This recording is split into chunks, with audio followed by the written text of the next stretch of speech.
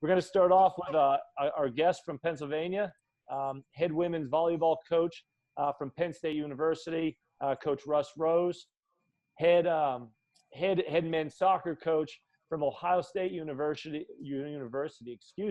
Coach Brian Mazanoff, head men's soccer coach for Indiana University, Todd Yegley, and Coach Steve Aird, head women's volleyball coach for Indiana University. Today, Chris Virtue is going to be our moderator for this. Chris is an assistant director for athletic performance. He's also the head women's volleyball strength coach as well. So before I turn it over to Chris, I just want to, again, thank you all for being here. This is an incredible deal, an incredible panel with an incredible amount of knowledge. So I thank you, and I look forward to hearing what you have to say. Without further ado, Chris, it's all yours. Thanks. All right, Tom. Thank you very much. Coaches, I want to welcome you and agreeing to participate in this. The climb versus the summit is what we deem this panel. And we'll be discussing, things that you do in your own programs and your philosophies on, one, building a program, but two, once you get it up there and it's at an elite level, how do you sustain it? But I would be amiss if I did not thank everybody that has shown up today and the response that we got. So just to give you a feel, we have a bunch of strength coaches, business owners, administrators, people from all over the country that are watching this right now. So I want to thank all of you guys that are here, and hopefully we can do our best to answer some of your questions as we go. Now, being a strength coach, a lot of strength coaches in the room, one of our jobs on game day is to warm up the athletes. So I think what's best is that we get a little warm up going, get a little talking going. So I have some simple questions that I'm just going to lob over the plate to you coaches. I'll start off with the first coach and just kind of direct it as we go. So think about this one. The conference season, it's a long season. There's a lot of travel, a lot of different towns. And in all those different Big Ten towns, besides your town where your institution is, coaches, what's your favorite spot to travel to in the Big Ten and why? And Coach Yeggs, we're going to start with you. Oh, boy. All right. Well, I'd have to say there's a little bit of bias because I live there. It's Coach Mazanoff's new home.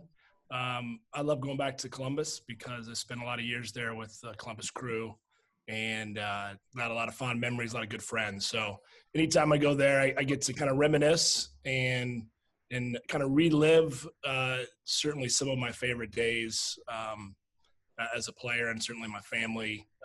We had 2 children there, so that's one of my favorite spots. And Coach Mays, he always takes me out there and treats me, which is so kind when I'm there. That's a hint. I'm going to make sure you do that when I come there. I got you. That's a great city. So I love going to Columbus. Well, Coach Mays, you've been called out. So you're over there in Columbus. You're up next. Yeah, I mean, it's back at you, Yeggs. It's special to go back to Bloomington. You guys are cheating, man. This is just yeah, but that's an easy one. Steve, when I get to you, you're not allowed to say Penn State. Okay, you can't cheat like the soccer guys. But go ahead. There's just so many fond memories, so many great people in Bloomington to go back and see faces and just rekindle friendships and relationships. It's so much fun to go back to Bloomington. And I know next time Yeggs is going to take me out, so I'm excited about that as well. And hopefully maybe we all get the invite. Just saying. Coach Aird, how about you, my man? Well, I've been to every single deli in every single Big Ten town because of my time with Coach Rose. So I can say that the delis are crossed off, but I like bars and I like casinos. So I like the cities. I like going to Chicago, I like going to Minnesota. And basically I'm a dive bar guy. So anywhere that's got good dive bars. And since you took State College off the map, I'm out. I mean, that would be my second home. What's the best dive bar in the Big Ten? Ooh. You're going to have to give me a few minutes on that one. I'll get back to you. We'll circle back. Yeah, that's tough. Coach Rose, how about you, my man? Well, I mean, for me, I'm from Chicago, so I just like going to Chicago. Sometimes I can sneak in and not call all my friends, but, it gives me an opportunity to go to a lot of the restaurants that I grew up going with. As Steve said, I like the deli tour, so some of the Big Ten schools aren't very good with the deli program, but Chicago's always been a good spot for me to go to. Where's Chicago, Giordano's or Gino's? I was always a Uno and Due guy, but okay. I've been to all of them. Awesome. Fantastic. Okay, hit another question for all you coaches. If you could be any figure in the history of time or character from a movie, book, whatever it is, for one day, who would it be? Coach Mays. Well, that's a great question. Anybody, Anybody for one day. like, can I be Iron Man? You can absolutely be Iron Man. That is a fantastic answer. Why, though? You just want to fly? Because he can do it all. He can run, he can fly, he can lift like you, Verch. He's strong, like an ox. He's got it all. I don't know anything that Iron Man doesn't have. I just might have a rough time working a suit because me and technology aren't the best. Yeah, hey, but at least we got you here today. Coach Yeagley. Wow, that's an open-ended one. I'm going to go a little historic. I would throw an interesting time to be a day in a life, and I certainly want to live longer than he did. Abraham Lincoln. I'd like to be a quick snapshot in time in that era. So that's my that's what came to my head. I don't know why, but that's where I'm at. Maybe it's the inspiration of your beard, Virtue. It must be. Yeah, someone. I don't know. I'm just visually. I go Iron Man, Yanks, and you go Abraham Lincoln. Hey, go with your gut. Go with your gut. I was going on what came to my mind. Yeah. Right. Coach Rose. Based on last week's last dance, I want a day as Dennis Rodman. God. Yes. We'll touch on him here in a little bit. Steve. I this is scary. That's what I was gonna say because that was the answer du jour right now. And Dennis Rodman would have been my 1A. 1B might be James Bond. Any of them, except the one George Lazenby one. I didn't vibe with that. But early Sean Connery. My dad's from Glasgow, so I figure if I could channel some James Bond, I'd feel fine with that for a day. So that's your main Bond. That's all right. Fantastic. Well, coaches, I feel we got warmed up a little bit. We got the juices flowing a little bit. So to transition a little bit, I want to pull back the curtain with this theme: the climb versus the summit, building your programs, philosophies, things of that nature. I think everybody here is looking for some questions and some answers that can't be answered in a book or a manual. So be as candid as you want. Also, if you feel the inspiration fall upon you, please interject and ask coaches other questions. The less I talk, I think it's going to be the better for everybody. So Sure. Start with that. And Coach Rose, you brought up Dennis Rodman, and that leads me actually into my first question. So ESPN has The Last Dance going on. It's, the Bulls, they're going for their sixth title in 8 years, and they're going to bring in Dennis Rodman. So it's telling the story of that, and they bring him in. He brings a lot of strengths, but he also brings a lot of what we'll say are extracurricular activities. So with that being said, in your recruiting philosophy, when building a program or sustaining a program, how do you measure the balance between recruiting character in individuals versus recruiting actual characters, and more so your overall recruiting philosophy, as it were? So Coach Yeagley, I would love to start with you in Indiana soccer and how you go about that. I'm going to lead that off. Okay. Yes, sir. Well, I think, I've had a lot of these conversations. My biggest mentor, obviously my father, and be able to have ideas and bounce them off is obviously something I'm very fortunate to have. I think there's different phases of your program that I remember talking to him about his early years, and how, he maybe couldn't handle some of those characters, if you will, in building, what we were trying to build here at Indiana.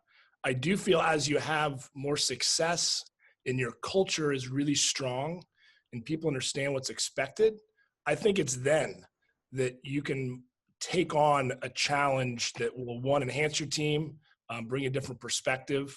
But I think the coach has to be, able to withstand some of the challenges, and your team has to be able to withstand some of those challenges. But I think if you're in a really good place as a program, those can be welcomed. New challenges, new kind of ways, as we say, wash your eyes a little bit, see what else perspective, and understand that we're all not the same here. And I think the Dennis Rodman example with the culture that was established there, and the strong consistency of players within that program, that they could quickly pull him in, but yet, also allow him to be himself. And I think that's a lot easier for a coach that's been around for a while than is a new coach. So I think that's one of those you might hear and read about, but until you have some success, until your culture is established, those are some challenges that you may want to stay away from. What would you say getting off characters a little bit and how you're recruiting now, or even the people on your staff or people support staff that you bring in or work with your program, what are you looking for in those individuals and how do you piece them all together? Well, they got to fall into their core values of what we think are important. I mean, the integrity, the honesty, the family first. There's got to be a lot of discipline within those. I mean, all the things that you can feel in touch with when you walk into our program, but we find it important that we continually get better. And whether that's you're hiring a new staff member that can bring a new skill set in. I'll give the example because we're right here. Brian, when he left, it was a huge hit to us, but I felt it was an opportunity to bring in something very different and a new skill set that our staff wasn't as strong with. And that was a little bit in the, I think the offsetting what Tom provides us for us and some of the sports performance in our warm-ups, being able to kind of challenge them and also a different edge personality-wise that maybe earlier on I wouldn't have wanted, but with Danny, he has an edge to him, and I felt that the team really needed that. So whether that's your staff you're changing over, in this case, Brian getting a head job, and I had to reevaluate and go, I wasn't going to get another Brian Masonoff. There wasn't one there. But to try to find those same characteristics, I actually felt we needed something a little bit different. And doing the same thing with your team. When recruiting, we're looking for a similar characteristics, but there's a time where you just need something a little different. And you got to look deep into your team and go, what are we missing? And just filling the same players' characteristics may not be what the current team needs moving forward. Coach Aird, you served 2 stints under Coach Rose, and just sticking to this recruiting question, character versus characters. You're in a building process, so it's not so much selling to the athletes, but what are you looking for as far as how you want to build your program? Because this is kind of a clean slate. What are you looking for what is an Indiana volleyball player versus what you were able to, or what you were going for when you worked at Penn State? Well, I think the biggest thing for me is that with Russ being my mentor, having someone who is the best manager of people I'd ever been around. And I think that's what it is. It's a sliding scale. If you're the best player in the country, I think all 4 of the coaches would agree you want that player in your program, but it turns a little bit from coaching to management. You can be a total pain in the ass if you're an unbelievable athlete. It's about how you manage that athlete. And that's why I thought Russ would be a great baseball manager, a CEO. It didn't matter. It's just he was so good with people. I think when you're starting a program, you're looking for the uncola kind of is the kid who's willing to take a chance or a risk or buy into a vision that's a little different. I think when you've got a storied program with lots of history, you can bank on that. You can lean on that. When you're going to a place that hasn't had the same success, you kind of have to be different in so many ways. And a different kind of kid. I think, in this day and age, so many of our younger athletes have everything given to them. They have personal trainers, they have clubs, they have stuff. I think even with what's going on right now with the pandemic makes it so interesting because it comes back to a kid with a ball or a kid with a room. And if they're going to want it, you're going to want people who are self-starters and they love to play, they love to grind, and finding those kind of kids. Because listen, the first couple of years of building any program, and I've done it a few times, you get your brains kicked in and you have to have the stomach to hang in there and keep going and keep going and keep going. So you have to find people who are resilient and believe in what you're doing. And again, once you get lucky enough to recruit elite classes, sometimes that changes a little bit and it turns more into management, because the reality is we don't get a truckload of time with these players.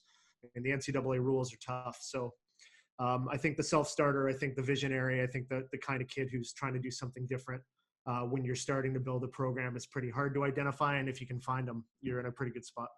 Awesome. Coach Rose, Coach Aird spoke on some of how you built your program. With the recruiting, you've done this over 4 decades. Now, recruiting and however it was done, I mean, I can't look back to those times as far as how it was done in the 80s and the 90s and things of that nature, but what were the differences then and how you recruited to your program, and then how the players were and how kids were? Because they always say today the kids are so much different than they used to be. How was it back in the 80s and 90s when you were building, and who you were looking for versus now that you have sustained success and multiple national titles, who you're looking for and bring into your program now?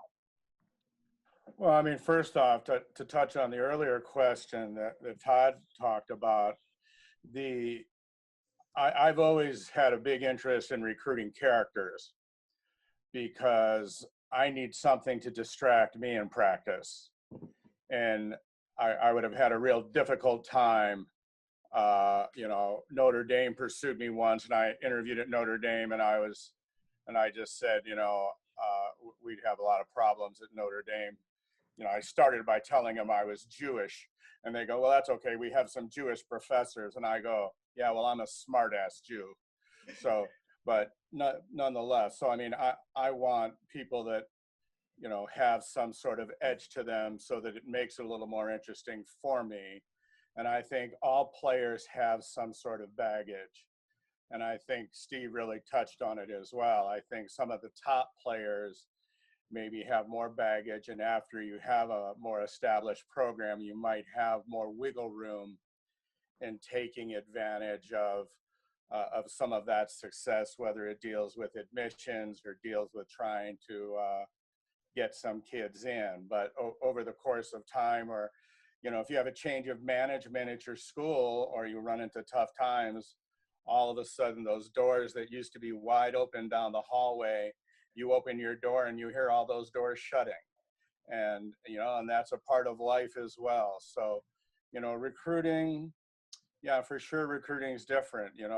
When I came in 79, I didn't have many scholarships, so most of the kids that came to Penn State were just players from Western Pennsylvania whose parents worked in in the steel industry, and a lot of them parents worked the third shift, and they didn't come up and watch their kids play on weekends, and it was just a different era. And now it's not uncommon for kids, when you recruit them, that parents consider buying property in the town where their kids go to school and think of relocating, and charter in themselves to watch their kids play. So it's a whole different sequence of activities, but everybody's trying to get the best players. Everybody's trying to get the best teams. Sustaining it's hard. Winning is harder. So certainly as Todd talked about losing Brian, and I experienced losing Steve, and a lot of the other staff people that I've had over the 40 years. Every time you lose staff people, it changes the dynamics of not only the coaching staff, it changes the dynamics of the team, because I may recruit a kid who I know is not going to be a great match for me, but I can easily hand them off to one of the staff members and say, enjoy your time with that person, she's yours, and just hope that they can handle the burden. Well, you touched on some hardships and tough times building a program, but before I move on to that, because you're going to be in, I want to ask you my next question. Did Steve ever ask for a 48-hour furlough to Vegas? No, Steve didn't ask for a furlough to Vegas, but Steve's made a lot of trips to Vegas. Yes, he has. Steve is Steve has a full array of places he likes to go and enjoy the time, for sure. Yeah, I'm sure he's itching. I'm sure he's itching to get back. Well, if you've been living under a rock, just to let you know, Coach Rose here, 7-time national championship, 5-time coach of the year, all-time winningest coach in Division I history. You're one shy of 1,300. Back in, I'm sure a lot of people ask you from 2007 to 2010, and Steve, you were there during that time. At the beginning of it, you won 4 straight national titles. You won 109 straight matches at one point. I'm sure a lot of people ask about that, but I want to go a few years prior, 97, 98, 99.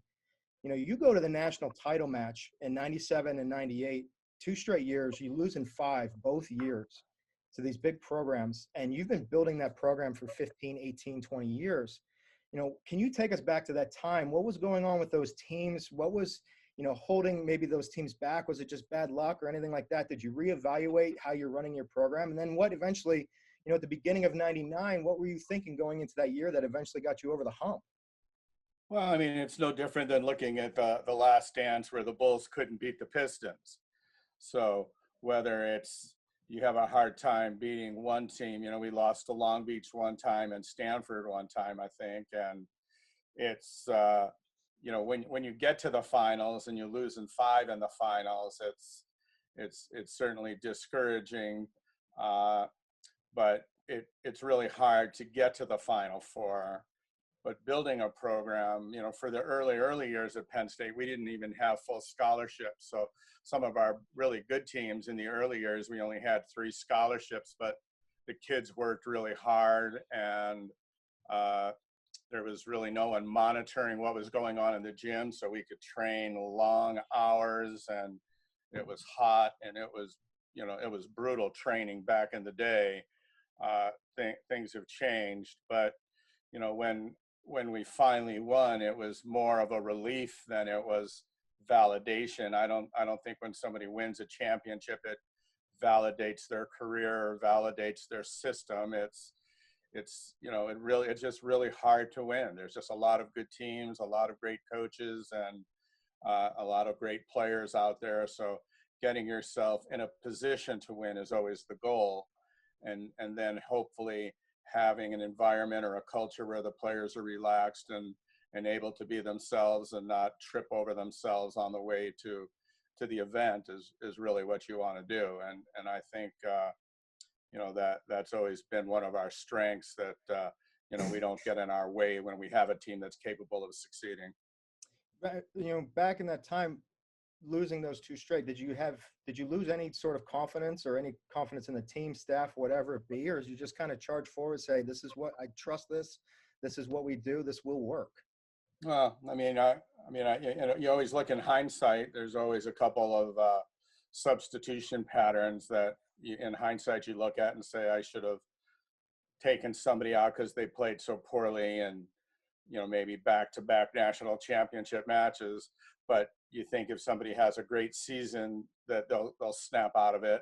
And then you don't think they could do it 2 years in a row, but some people are destined for avoiding greatness, and it just it happens. I mean, it's I think we've won some championships without our best team, and it'd be interesting. I know certainly Todd's won a national championship, but he probably witnessed his dad winning the other 6, and he might be able to comment and say, hey, those 6 were the best teams he ever coached. Or, hey, he may have won with some teams that weren't the best team, and some of the best teams didn't win. And I think some of our best teams didn't win the championship, and some of the teams that weren't our best teams did. But, you have to be in the game to have a chance to win the game.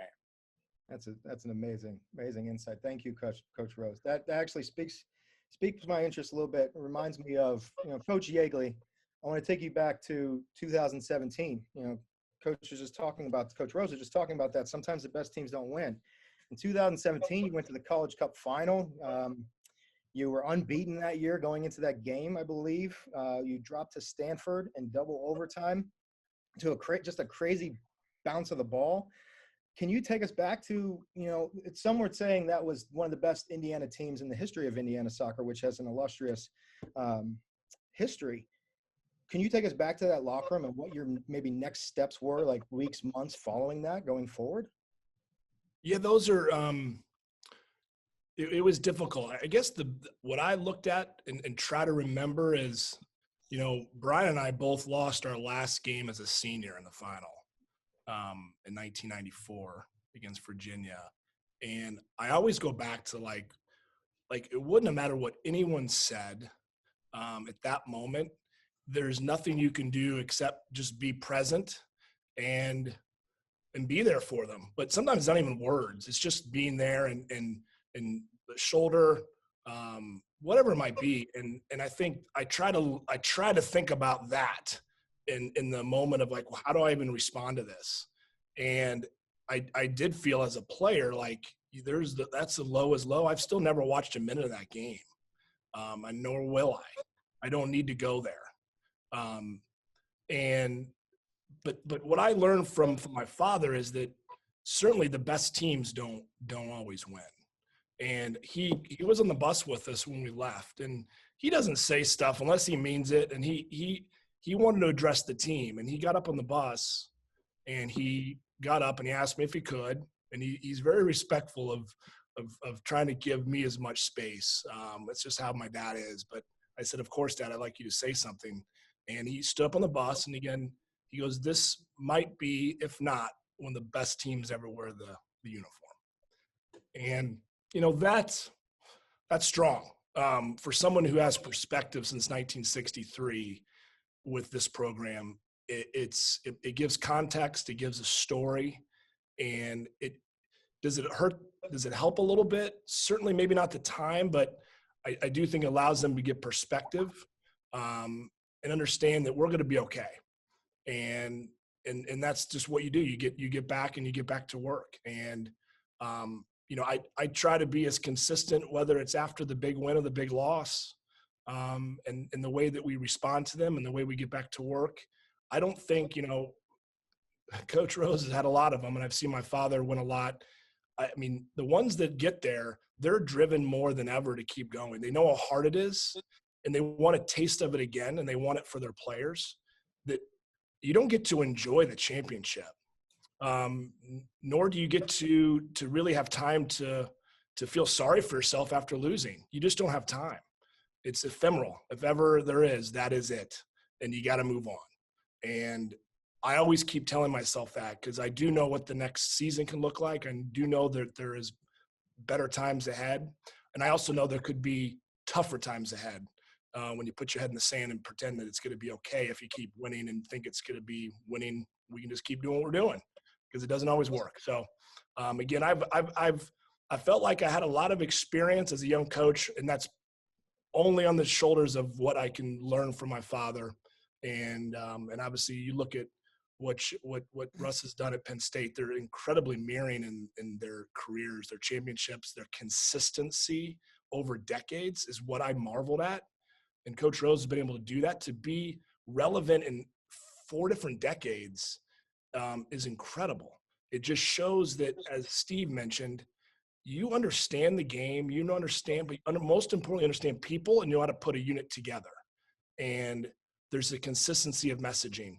But I think that's remarkable when you see programs being successful for decades after decades. To me, is ultimately a sign of a program that's in a really healthy place. Wow, that's the story with your father on the bus. That's just amazing. There's no better insight than that, I believe. Honestly, telling you, it got me a little choked up even thinking about it, because it was very emotional. I'm sitting here kind of choked up saying that story. You know what I mean? That's fantastic. Coach Eric, you've been at the top and the bottom. You got any insight on this? I was laughing because I saw Coach Rose's face, Todd, when you were like, hey, listen, when you win, when you lose, you just don't have time. I remember, and this is why you guys brought me here, for the anecdotes. We won a title in Sacramento, 2007. At the time, there's this recruiting combine the next day. And let's just say I was out kind of late. Next morning, Russ is calling saying, hey, we've got to get to this recruiting combine at 8 a.m. because he's right back at it. I mean, you hear stories about Saban, you hear stories about the best that ever do it, and Todd and Russ are included. They're the hardest working people I've ever been around, and there's just no time to take off the gas. That's why it's so hard to work for them, is because there's nowhere to hide. You got to be up on Sunday morning. You got to be working late. You got to be grinding like crazy, because they set the bar so high. So I'm not going to tell you I did a great job, Sunday morning at the recruiting combine at 8:05. But we were there to evaluate players, and whether they'd help us win or not, it didn't matter. He's just that's his DNA. And so you're lucky to be around it when you are, because it shows you that's the way to do it. And, maybe Todd, it takes a little pressure off the dad story. I thought a little comedy might help you out. Yeah. There you go. Well, no, I think the work-life balance is a complete misunderstanding in our world. We love what we do, so we don't feel like we work. And that goes to everything that we do. So we're constantly around it. And I grew up in that, so I understand it. And everyone in your family, everyone that's around you is part of it. And you're constantly intertwining those two. There is not, I take my lunch pail and I go home and I turn the TV on and I disconnect. It just doesn't happen. And I don't want it to actually. Now, I think the balance is like finding the great people around you. and the laughs you have with your staff. I mean, if you can't enjoy that, I mean, that to me is what allows you to feel good about everything you do, is the banter. And that's what my dad misses. He comes in the office every day, 11:30 for coffee, and all he wants to do is banter because he misses the interaction of the people. That's what made him special. And he still wants that today. Yeah, we talk a little soccer, but it's that camaraderie amongst the group allows you to have the balance if there were be balance. So anyhow. Yeah, you see his Lincoln out there on the practice field all the time. It's like, oh, Jerry's in, he's in. Godfather. Kind of pivoting a little bit, but you talked a little bit, Coach Yeagley, about the camaraderie and the people you spend time with. Now, believe it or not, and I'm sure you guys are going to pay me for saying it, but you guys were all actually pretty decent athletes back in the day. Coach Yeagley, you're a 4-time All-American. Coach Mays played in the World Cup, was a Herman Trophy winner, an Olympian. Coach Aird, 3 straight Final Fours when you were a player back at Penn State. And Coach Rose back in the day, NAIA championship, national championship at George Williams College. I kind of want to talk about or pivot this to the lessons you learned as an athlete, going through the daily grind of that, but also the culture of which the teams that you're on that succeeded and those pieces that you take from those teams from back then and how you integrate that into your programs now, whether you're an assistant or as a head coach. And I'm going to go to Coach Mays on this because, we've both spilled blood, Coach Mays, on the noon ball court.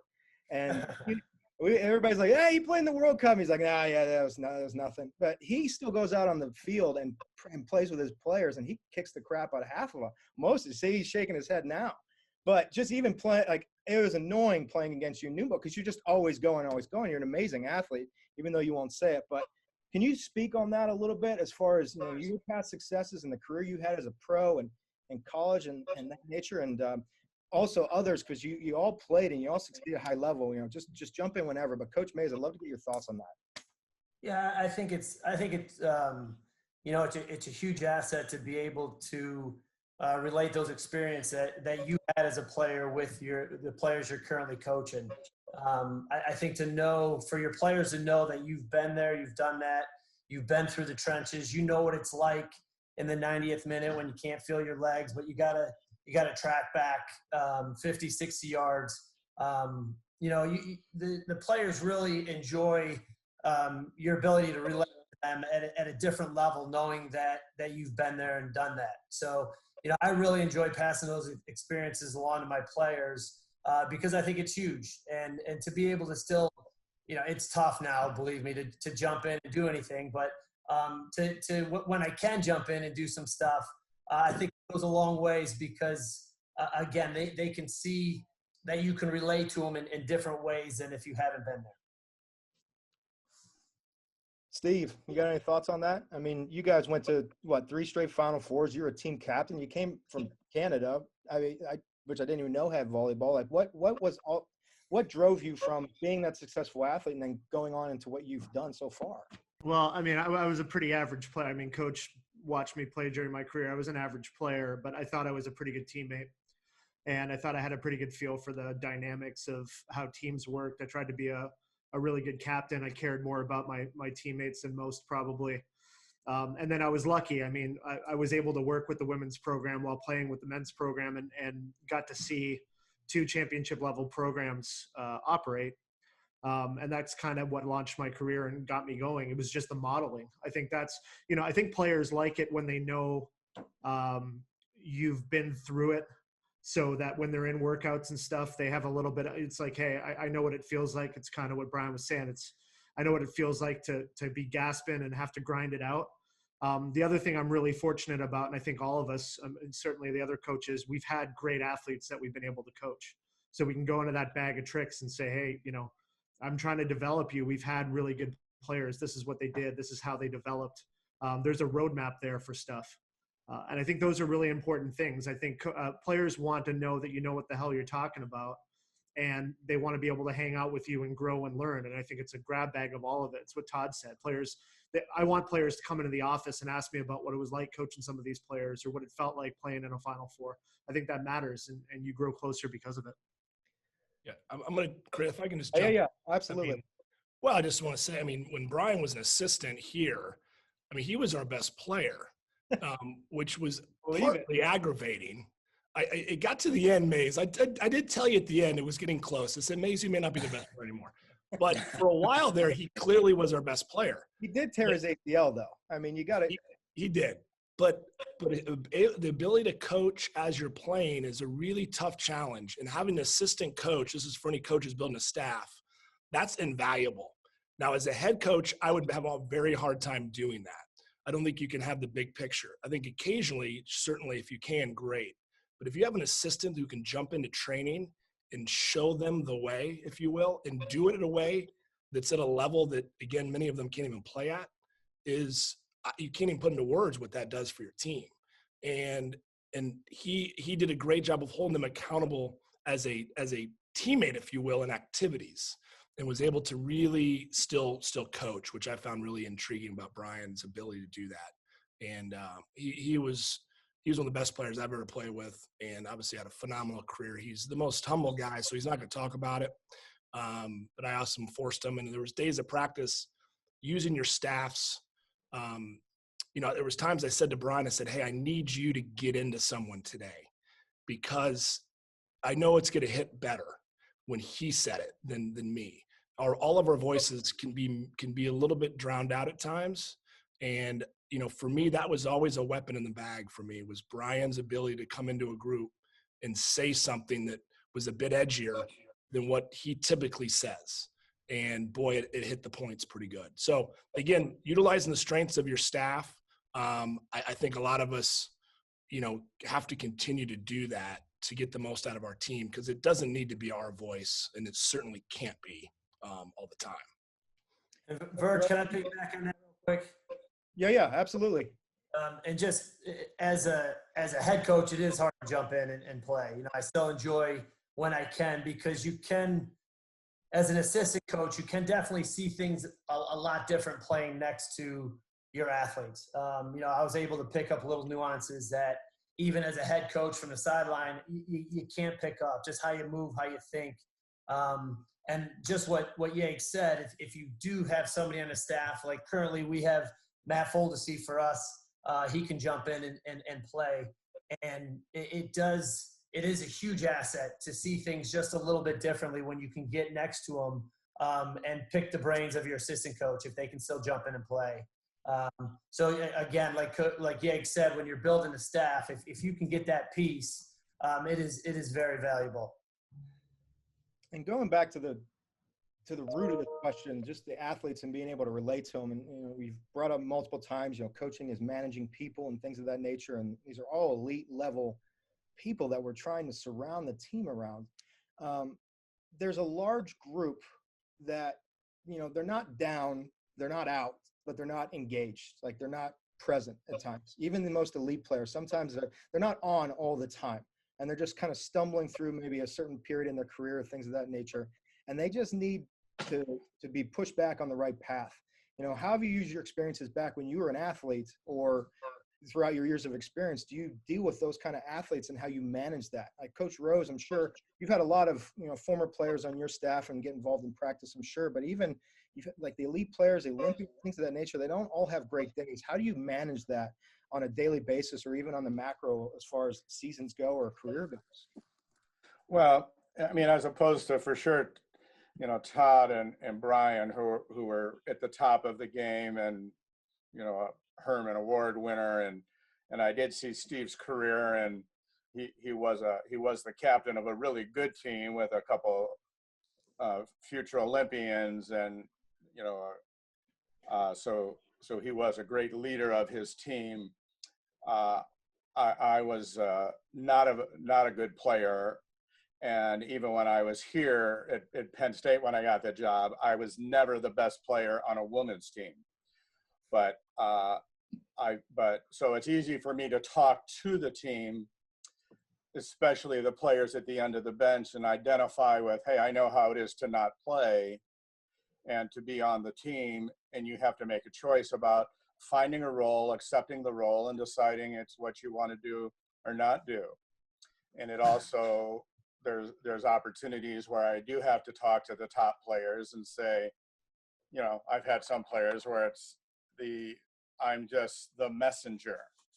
and I say, hey, listen, some of the other players think you need to play harder. I might be comfortable with where you're at because I know you play really hard in games. And the most important time is to play really well in games, but there's some players that are really on the fence and they need people to play harder in practice. So maybe it carries them to a higher level instead of realizing that, you know, if the top players go hard all the time, they really may run out of gas and not have that extra level when it comes on the weekend. They really may need to save a little bit. That is what separates them from the pack. But, you know, from my standpoint, it's, you know, it's always been great when I've had some staff members that can play and do things.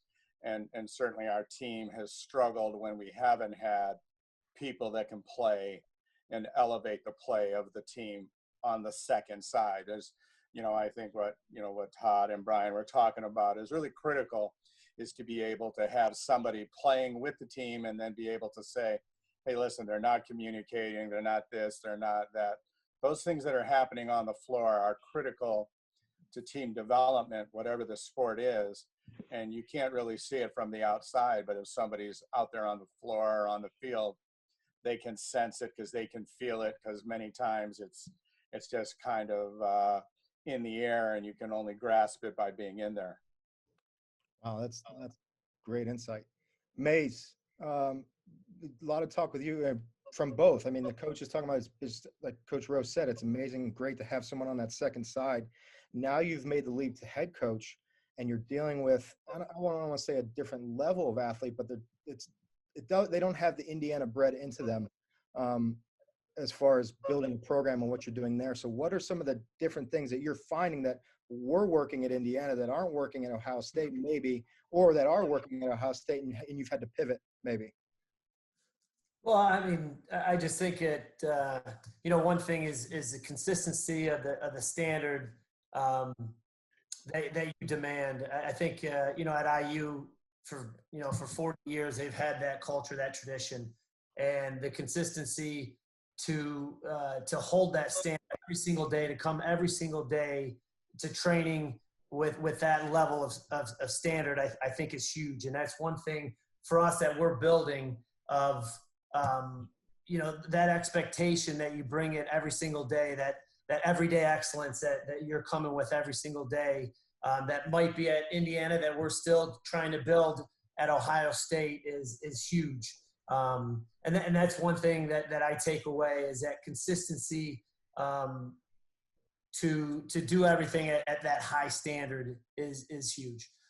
Consistency for me is one thing that I'm trying to bring to Ohio State, that every single day that we're holding that standard on the field, in the classroom, in the community, and that's bringing it every single day. And that for me is something that IU has, and Penn State, and it's that that level that you're holding every day is huge. Chris, can I just jump in there? I think a lot of this we're saying is the coaches. Brian's got to create that Ohio State. He'll at some point have it where the team is doing it, the players, and our voice is a lot less. And Coach Rose, I know, has that. Any successful firm over time, it's the older players hold the younger ones accountable, and we have to be cognizant of it. We have to find moments to let them know they need to do more of it, because nothing's better to have a fifth year player who's an All-American candidate or already have been, to talk to the freshman who's redshirting. Much easier than it would be me.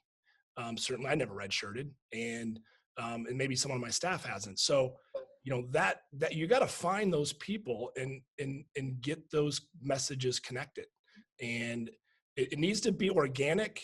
So it can't be forced. It's got to be in the right way.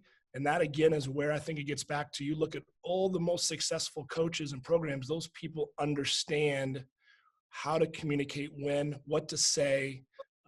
As Sir Alex Ferguson, one of my favorite, the balancing empathy and steel is about as the gift, I think, in our craft. How do we be tough at the right times, and how do we show the most empathy when needed? Both are so critical. But anyhow, getting back to that, I think the players, one, they're your best recruiters, and two, they're also the ones that hold the standards the highest. If it's from the top only, it's not going to work. Great insight.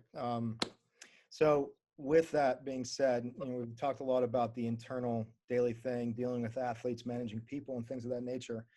And what it comes to sounding like is running a program and building a culture is much like building a business. We have a lot of business owners in the crowd today, and there may be some that are just maybe not ready to take that leap or whatever it may be. Now, you've all made leaps, whether big or small in your career, that has led you to where you are today. I mean, Coach Yeagley, you left IU, you went to Wisconsin, you came back to build this brand back up. Coach Rose, I'm sure there was some uneasiness or uncertainty and, becoming a coach in the late 70s, early 80s, because athletics wasn't then what it is now, especially on the women's side.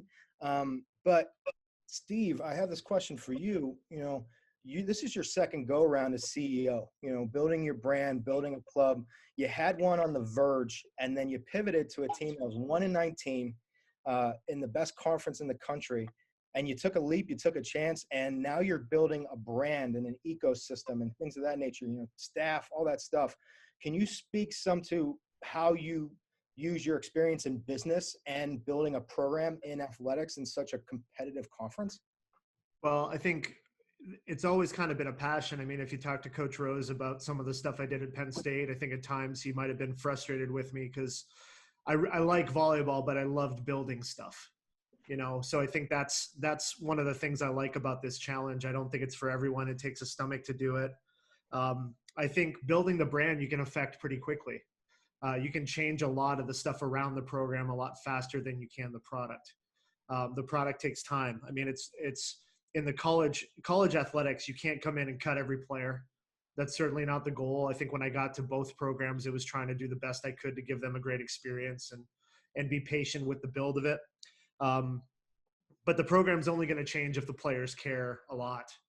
And I think that's what it comes back to. I think I was laughing the other day listening to Todd, and we were on a conference call with the head coaches, or might have been on a phone call. He just said, hey, all the best players want to come because they want to win. And I was like, yeah, that sounds great. And when you've got it rolling, and the best players do want to come. When you get to a place where the game isn't the most important thing or the number one reason why people are there, it takes time to find the right people.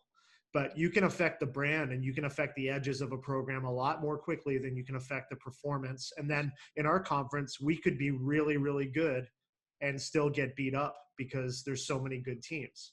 And that's what's made what Russ has done so unbelievable over his career. So I think that's that. I think the brand in this day and age, I think it's players want to play somewhere where it matters. They want to have a feeling like the program is behind them and it's a cool place to play.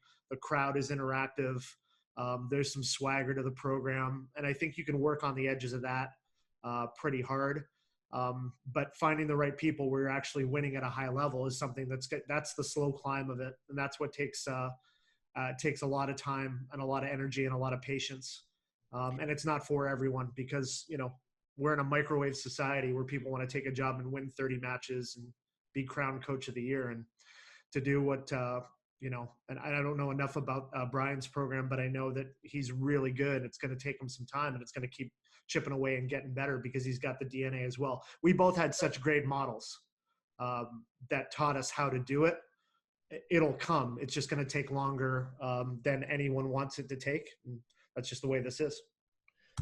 You talked about excitement and building around the program. Coach Mays, what are you doing now? I mean, you play in Armstrong Stadium, there's 7,000 people, and they're just nuts. You go to Rec Hall, and it has all the history, and you're at Penn State, and the line is right across at the corner of the sidewalk there, and you're like, oh my God, we're walking into Penn State. Like, Coach Mays, what are you trying to build, or excitement-wise, crowd-wise, whatever it is, at Ohio State?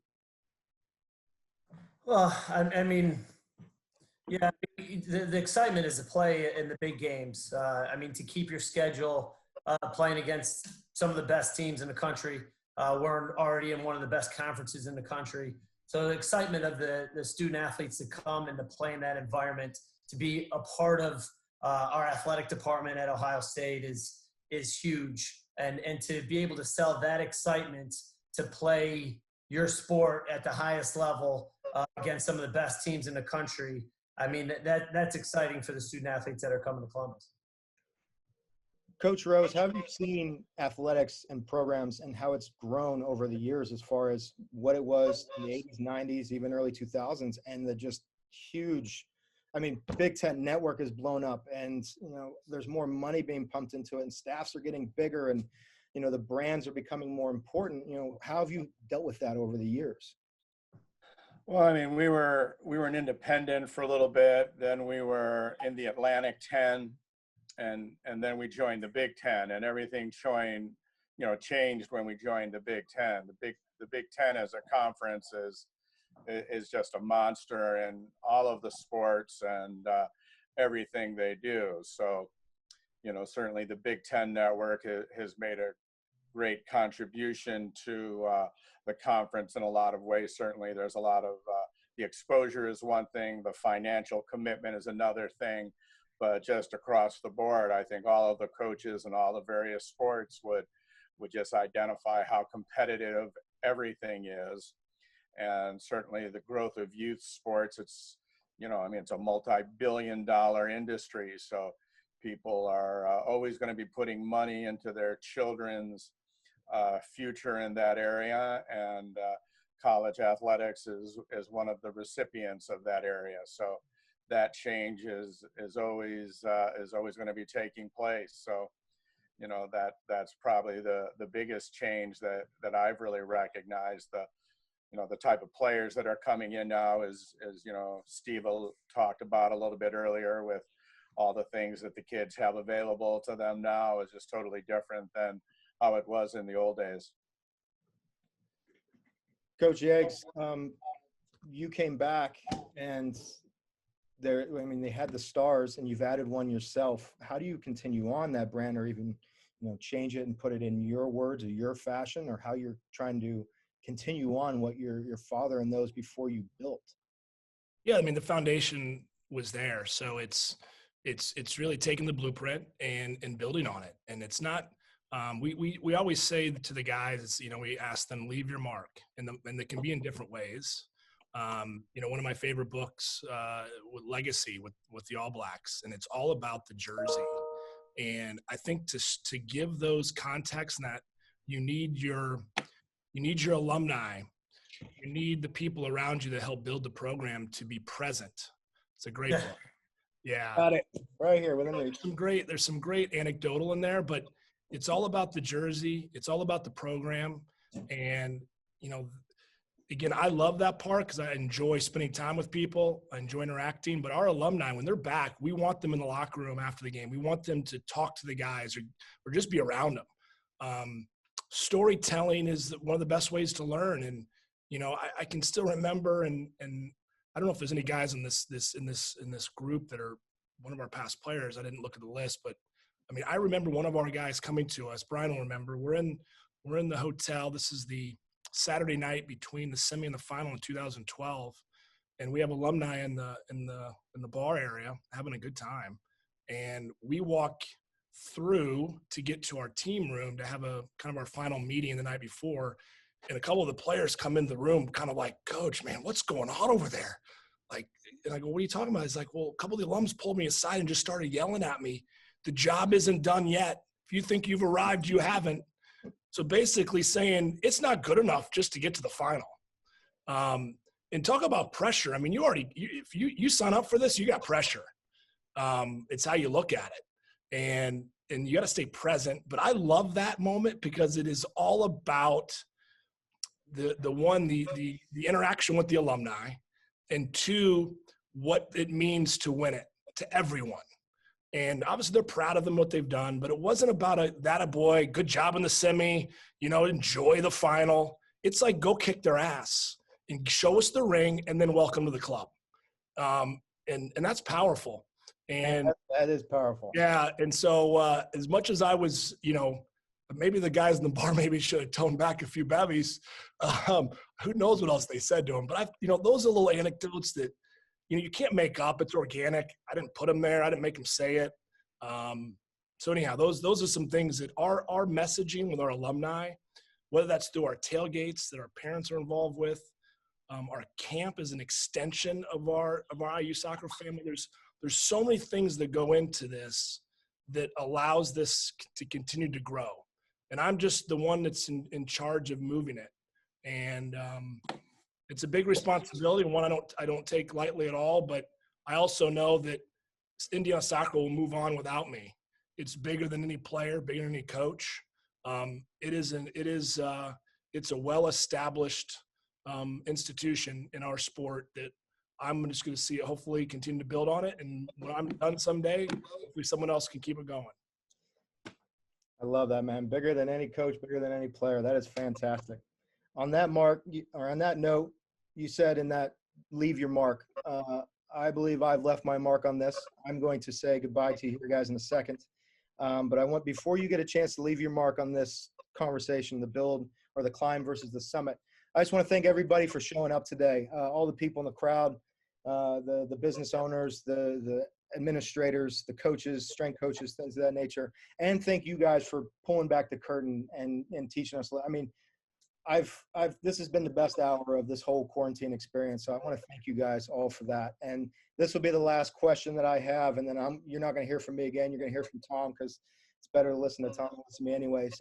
I want to get anything you want to leave this group of people. You know, if we didn't touch on the topic, or if it's something that you stand on as a program, whatever it is, your last message kind of to everybody. I'm going to start with Coach Yeagley, then we'll move on to Coach Mays, then Coach Aird, and then Coach Rose, if you can bring it home for us. But just anything you want to leave everybody with today. And again, I thank you guys, and good luck with the rest of the year and dealing with everything we got to deal with right now.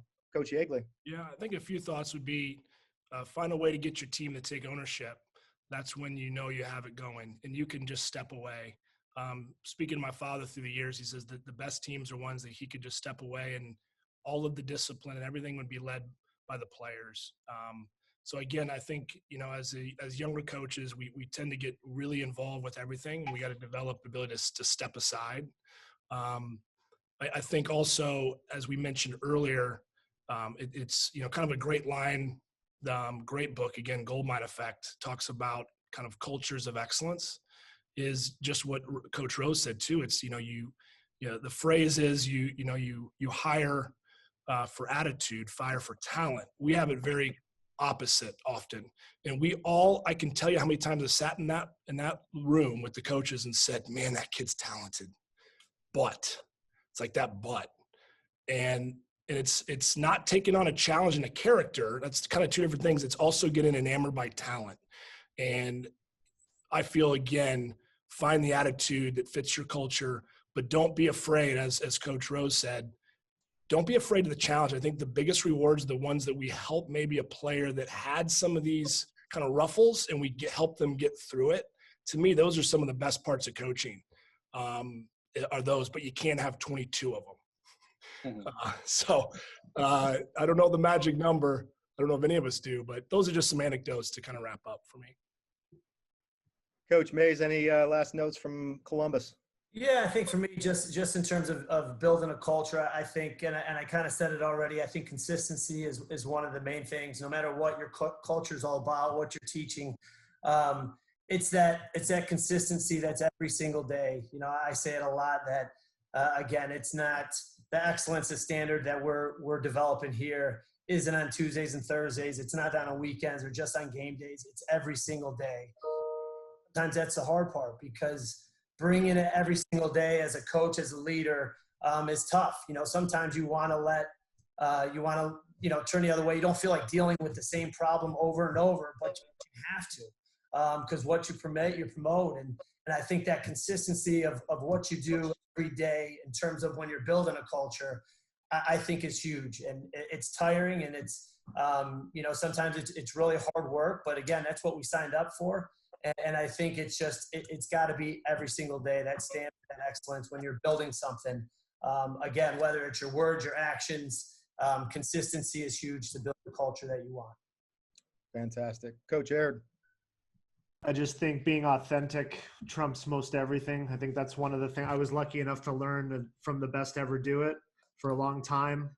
And I think I knew I couldn't recreate them. I was just lucky to be able to learn some stuff. And you've got to be your own person when you're running your own ship as a CEO. I think gratitude is important. We talk about it all the time with my team. Just we've been very, very fortunate. I was just so damn lucky to be at Penn State, to be able to have access to coach every day. And then lastly, I think in general, all the most successful people I've met, CEOs, elite coaches, they all have time for people. So if you're on the call, if you're, go show up to a practice, send the email, make the phone call, the most successful people will help you. And what happens a lot is people just are afraid to take the risk. But anyone who ever calls us, wants to come to a practice, wants to talk, wants to pick our brain, I think that's an important risk to take. And again, I think the best people are always very generous with their time. They want to help. You just have to be brave enough to pick up the phone or take yourself to a practice, to a training, to spend some time. All of us on this call will have a cup of coffee, hang out with you at a practice, talk shop. You just have to be hungry enough to go get it and find a mentor or find someone who can help you become a better version of yourself. Coach Rose, any last words from State College? Well, there's not a lot of stuff left. I would say for people, in charge of things to, try to listen with the same focus as you hope to have people, as you hope to be heard, and to try and, and just try and recognize sometimes addition by subtraction really happens, and embrace a good staff. And and I think the first thing that Todd said, I'm a really big believer in, and it was something that Bill Walsh was a true big advocate of, and that was when the players take control of the team, when the locker room has control of the team in a positive way, whether it's your team or your business, when your employees are the positive force in what you're doing, and you don't have to get in there every day and pump them up and do something, then you've got a successful scenario going for you. Well, coaches, I'm going to jump in here and just thank you all again. Thank you all as coaches. Chris, thank you as a moderator. That was incredible. I have pages of notes that I pulled from that, and just your candid ability to tell stories and give that insight is hugely valuable. So I just want to thank you all and thank all these participants. And we're going to give a big virtual, big round of applause for all of you, because that was truly incredible. So I wish you all the safe health, and continue to keep getting better, and enjoy this quarantine, but keep getting better, and keep on moving forward. So thanks again, and everybody have a safe and happy day. Thank you, Tom. Thanks, coaches. Thanks, guys.